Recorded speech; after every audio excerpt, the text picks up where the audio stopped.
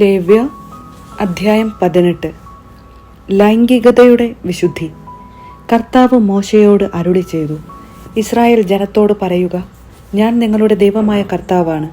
നിങ്ങൾ വസിച്ചിരുന്ന ഈജിപ്ത് ദേശത്തെ ജനങ്ങളെപ്പോലെ നിങ്ങൾ പ്രവർത്തിക്കരുത്. ഞാൻ നിങ്ങളെ പ്രവേശിപ്പിക്കാനിരിക്കുന്ന കാനാൻ ദേശത്തെ ആളുകളെപ്പോലെയും നിങ്ങൾ പ്രവർത്തിക്കരുത്. അവരുടെ ചട്ടങ്ങളനുസരിച്ച് നിങ്ങൾ വ്യാപരിക്കുകയും അരുത്. നിങ്ങൾ എൻ്റെ പ്രമാണങ്ങളും കൽപ്പനകളും അനുസരിച്ച് വ്യാപരിക്കണം. നിങ്ങളുടെ ദൈവമായ കർത്താവ് ഞാനാണ്. നിങ്ങൾ എൻ്റെ കൽപ്പനകളും പ്രമാണങ്ങളും അനുസരിക്കുക. അവ അനുസരിക്കുന്നവൻ അതിനാൽ ജീവിക്കും. ഞാനാണ് കർത്താവ്. നിങ്ങളിൽ ആരും തൻ്റെ ചാർച്ചക്കാരുടെ നഗ്നത അനാവൃതമാക്കാൻ അവരെ സമീപിക്കരുത്. ഞാനാണ് കർത്താവ്. നിന്റെ മാതാവിൻ്റെ നഗ്നത അനാവൃതമാക്കി നിന്റെ പിതാവിനെ അപമാനിക്കരുത്. അവൾ നിന്റെ അമ്മയായതുകൊണ്ടും അവളുടെ നഗ്നത അനാവൃതമാക്കരുത്.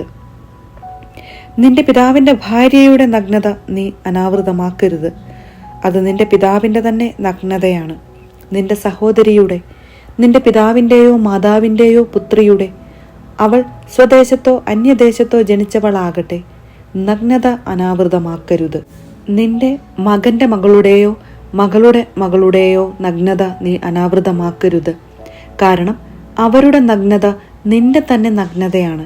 നിന്റെ പിതാവിൻ്റെ ഭാര്യയിൽ അവന് ജനിച്ച മകൾ നിന്റെ സഹോദരിയാണ്.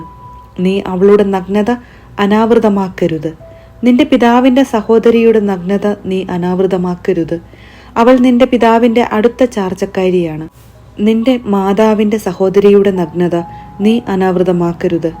അവൾ നിന്റെ മാതാവിൻ്റെ അടുത്ത ചാർച്ചക്കാരിയാണ്. നിന്റെ പിതൃ സഹോദരനെ അവൻ്റെ ഭാര്യയുടെ നഗ്നത അനാവൃതമാക്കി അപമാനിക്കരുത്. അവൾ നിന്റെ ചാർച്ചക്കാരിയാണ്. നിന്റെ മരുമകളുടെ നഗ്നത നീ അനാവൃതമാക്കരുത്. കാരണം അവൾ നിന്റെ പുത്രൻ്റെ ഭാര്യയാണ്. അവളുടെ നഗ്നത നീ അനാവൃതമാക്കരുത്. നിന്റെ സഹോദരൻ്റെ ഭാര്യയുടെ നഗ്നത നീ അനാവൃതമാക്കരുത്. അത് നിന്റെ സഹോദരൻ്റെ നഗ്നതയാണ്. ഒരു സ്ത്രീയുടെയും അവളുടെ തന്നെ മകളുടെയും നഗ്നത നീ അനാവൃതമാക്കരുത്. അവളുടെ പുത്രൻ്റെയോ പുത്രിയുടെയോ മകളുടെ നഗ്നത നീ അനാവൃതമാക്കരുത്. അവർ അവളുടെ അടുത്ത ചാർച്ചക്കാരികളാണ്. അത് അധർമ്മമാണ്. ഭാര്യ ജീവിച്ചിരിക്കുമ്പോൾ അവളുടെ സഹോദരിയുടെ നഗ്നത അനാവൃതമാക്കി അവളെ നീ പരിഗ്രഹിക്കരുത്. ആർത്തവം നിമിത്തം അശുദ്ധയായിരിക്കുന്ന സ്ത്രീയുടെ നഗ്നത നീ അനാവൃതമാക്കരുത്.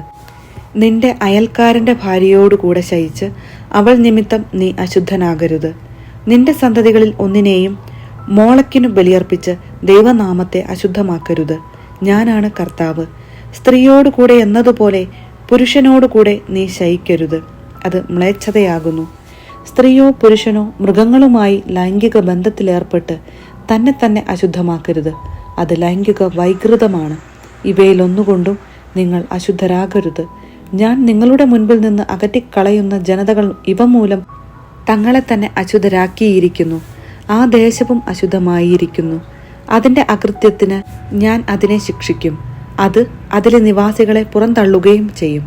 നിങ്ങളും നിങ്ങളുടെ ഇടയിൽ വസിക്കുന്ന വിദേശീയരും എൻ്റെ കൽപ്പനകളും പ്രമാണങ്ങളും പാലിക്കുകയും ഇത്തരം മ്ലേച്ഛമായ പ്രവൃത്തികളിൽ ഏർപ്പെടാതിരിക്കുകയും വേണം.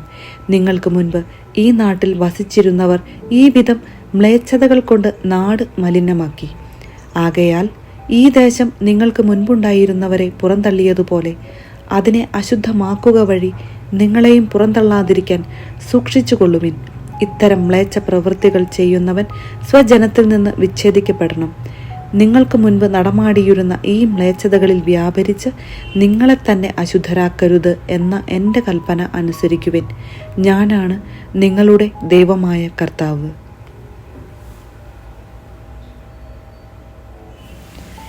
ലേവ്യർ അധ്യായം 19. വിവിധ നിയമങ്ങൾ.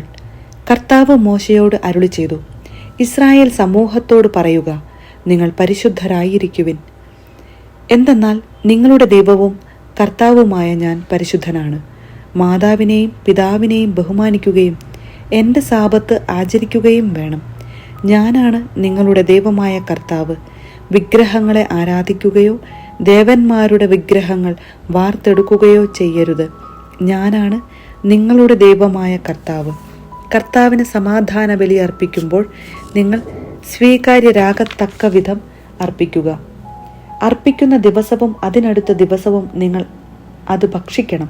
3-ാം ദിവസത്തേക്ക് എന്തെങ്കിലും അവശേഷിക്കുന്നെങ്കിൽ അത് ദഹിപ്പിച്ചു കളയണം. 3-ാം ദിവസം അത് ഭക്ഷിക്കുന്നത് നിന്ദ്യമാണ്, അത് സ്വീകാര്യമാവുകയില്ല. അത് ഭക്ഷിക്കുന്നവൻ കുറ്റക്കാരനായിരിക്കും.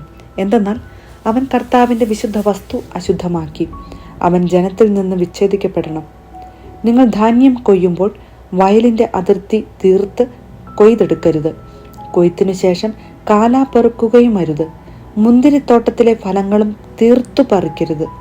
വീണുകിടക്കുന്ന പഴം പെറുക്കിയെടുക്കുകയും അരുത്. പാവങ്ങൾക്കും പരദേശികൾക്കുമായി അത് നീക്കിവയ്ക്കുക. ഞാനാകുന്നു നിങ്ങളുടെ ദൈവമായ കർത്താവ്. നിങ്ങൾ മോഷ്ടിക്കുകയോ വഞ്ചിക്കുകയോ പരസ്പരം വ്യാജം പറയുകയോ അരുത്. എൻ്റെ നാമത്തിൽ കള്ളസത്യം ചെയ്യരുത്. നിങ്ങളുടെ ദൈവത്തിൻ്റെ നാമം അശുദ്ധമാക്കുകയും അരുത്. ഞാനാണ് കർത്താവ്. നിങ്ങളുടെ അയൽക്കാരെ മർദ്ദിക്കുകയോ കൊള്ളയടിക്കുകയോ അരുത്. കൂലിക്കാരന് വേതനം നൽകാൻ പിറ്റേന്ന് രാവിലെ വരെ കാത്തിരിക്കരുത്. ചെകിടരെ ശപിക്കുകയോ കുരുടന്റെ വഴിയിൽ തടസ്സം വയ്ക്കുകയോ അരുത്. നിങ്ങളുടെ ദൈവത്തെ ഭയപ്പെടുക. ഞാനാണ് കർത്താവ്. അനീതിയായി വിധിക്കരുത്. ദരിദ്രനോട് ദാക്ഷിണ്യമോ ശക്തനോട് പ്രത്യേക പരിഗണനയോ കാണിക്കാതെ അയൽക്കാരനെ നീതിപൂർവം വിധിക്കണം. ഏഷണി പറഞ്ഞു നടക്കുകയോ അയൽക്കാരൻ്റെ ജീവനെ അപകടത്തിലാക്കുകയോ അരുത്. ഞാനാണ് കർത്താവ്. സഹോദരനെ ഹൃദയം കൊണ്ട് വെറുക്കരുത്. അയൽക്കാരനെ ശാസിക്കണം, അല്ലെങ്കിൽ അവൻ മൂലം നീ തെറ്റുകാരനാകും. നിന്റെ ജനത്തോട് പകയോ പ്രതികാരമോ പാടില്ല. നിന്നെപ്പോലെ തന്നെ നിന്റെ അയൽക്കാരനെയും സ്നേഹിക്കുക. ഞാനാണ് കർത്താവ്. നിങ്ങൾ എൻ്റെ കൽപ്പനകൾ അനുസരിക്കുവിൻ. ഒരു മൃഗത്തെ മറ്റിനത്തിൽപ്പെട്ട മൃഗവുമായി ഇണ ചേർക്കരുത്. വയലിൽ വിത്തുകൾ കലർത്തി വിതയ്ക്കരുത്. ചണവും കമ്പിളിയും ചേർത്ത് നെയ്തെടുത്ത വസ്ത്രങ്ങൾ ധരിക്കുകയുമരുത്. ഒരു പുരുഷന് വിവാഹസമ്മതം നൽകിയിട്ടുള്ളവളും എന്നാൽ വീണ്ടെടുക്കപ്പെടാത്തവളും സ്വാതന്ത്ര്യം ലഭിക്കാത്തവളുമായ ഒരു ദാസിയോടുകൂടെ ഒരുവൻ ശയിച്ചാൽ അന്വേഷണം നടത്തി അവരെ ശിക്ഷിക്കണം. എന്നാൽ അവർക്ക് മരണശിക്ഷ വിധിക്കരുത്. എന്തെന്നാൽ അവൾ സ്വതന്ത്രയായിരുന്നില്ല.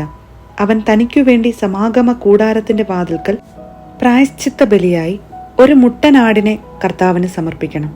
പുരോഹിതൻ പ്രായശ്ചിത്ത ബലിക്കുള്ള മൃഗത്തെ കർത്താവിന്റെ മുൻപിൽ സമർപ്പിച്ച് അവന് വേണ്ടി പാപപരിഹാരം ചെയ്യണം. അപ്പോൾ അവൻ ചെയ്ത പാപം ക്ഷമിക്കപ്പെടും. നിങ്ങൾ ദേശത്ത് വന്ന് ഫലവൃക്ഷങ്ങൾ നട്ടുപിടിപ്പിക്കുമ്പോൾ 3 വർഷത്തേക്ക് അവയുടെ ഫലങ്ങൾ വിലക്കപ്പെട്ടതായി കണക്കാക്കണം. അവ നിങ്ങൾ ഭക്ഷിക്കരുത്. 4-ാം വർഷം കർത്താവിൻ്റെ സ്തുതിക്കായി സമർപ്പിക്കുന്നതിന് അവയുടെ ഫലമെല്ലാം പരിശുദ്ധമായിരിക്കും. 5-ാം വർഷം അവയുടെ ഫലങ്ങൾ നിങ്ങൾക്ക് ഭക്ഷിക്കാം. അവ നിങ്ങളെ സമ്പന്നരാക്കും. ഞാനാണ് നിങ്ങളുടെ ദൈവമായ കർത്താവ്. നിങ്ങൾ രക്തത്തോടു കൂടിയ മാംസം ഭക്ഷിക്കരുത്. ശകുനം നോക്കുകയോ ആഭിചാരം നടത്തുകയോ അരുത്. ചെന്നി മുണ്ടനം ചെയ്യരുത്. ദീക്ഷയുടെ അഗ്രം മുറിക്കുകയുമരുത്. മരിച്ചവരെ പ്രതി നിങ്ങളുടെ ശരീരത്തിൽ മുറിവുണ്ടാക്കരുത്. ദേഹത്ത് പച്ച കുത്തരുത്. ഞാനാണ് കർത്താവ്. നിന്റെ പുത്രിയെ വേശ്യാവൃത്തിക്ക് ഏൽപ്പിക്കരുത്. അങ്ങനെ ചെയ്താൽ നാട് മുഴുവൻ വേശ്യാവൃത്തിയിൽ മുഴുകുകയും തിന്മ കൊണ്ട് നിറയുകയും ചെയ്യാനിടയാകും. നിങ്ങൾ എൻ്റെ സാബത്ത് ആചരിക്കുകയും വിശുദ്ധ സ്ഥലത്തെ ബഹുമാനിക്കുകയും ചെയ്യുവിൻ. ഞാനാണ് കർത്താവ്. നിങ്ങൾ മന്ത്രവാദികളെയും ശകുനക്കാരെയും സമീപിച്ച് അശുദ്ധരാകരുത്. ഞാനാണ് നിങ്ങളുടെ ദൈവമായ കർത്താവ്. പ്രായം ചെന്ന് നരച്ചവരുടെ മുൻപിൽ ആദരപൂർവം എഴുന്നേൽക്കുകയും അവരെ ബഹുമാനിക്കുകയും വേണം. നിന്റെ ദൈവത്തെ ഭയപ്പെടുക. ഞാനാണ് കർത്താവ്. നിങ്ങളുടെ നാട്ടിൽ വന്ന് താമസിക്കുന്ന വിദേശിയെ ഉപദ്രവിക്കരുത്. നിങ്ങളുടെ ഇടയിൽ വസിക്കുന്ന വിദേശിയെ നിങ്ങൾ സ്വദേശിയെപ്പോലെ കണക്കാക്കണം. നിങ്ങളെപ്പോലെ തന്നെ അവനെയും സ്നേഹിക്കണം. കാരണം നിങ്ങൾ ഈജിപ്ത് ദേശത്ത് വിദേശികളായിരുന്നു. ഞാനാണ് നിങ്ങളുടെ ദൈവമായ കർത്താവ്.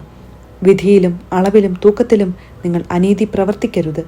ശരിയായ തുലാസും കട്ടിയും ഏഫായും ഹിന്നും നിങ്ങൾക്കുണ്ടായിരിക്കണം. ഈജിപ്ത് ദേശത്തു നിന്ന് നിങ്ങളെ കൊണ്ടുവന്ന നിങ്ങളുടെ ദൈവമായ കർത്താവ് ഞാനാണ്. നിങ്ങൾ എൻ്റെ കൽപ്പനകളും നിയമങ്ങളും അനുസരിച്ച് പ്രവർത്തിക്കണം.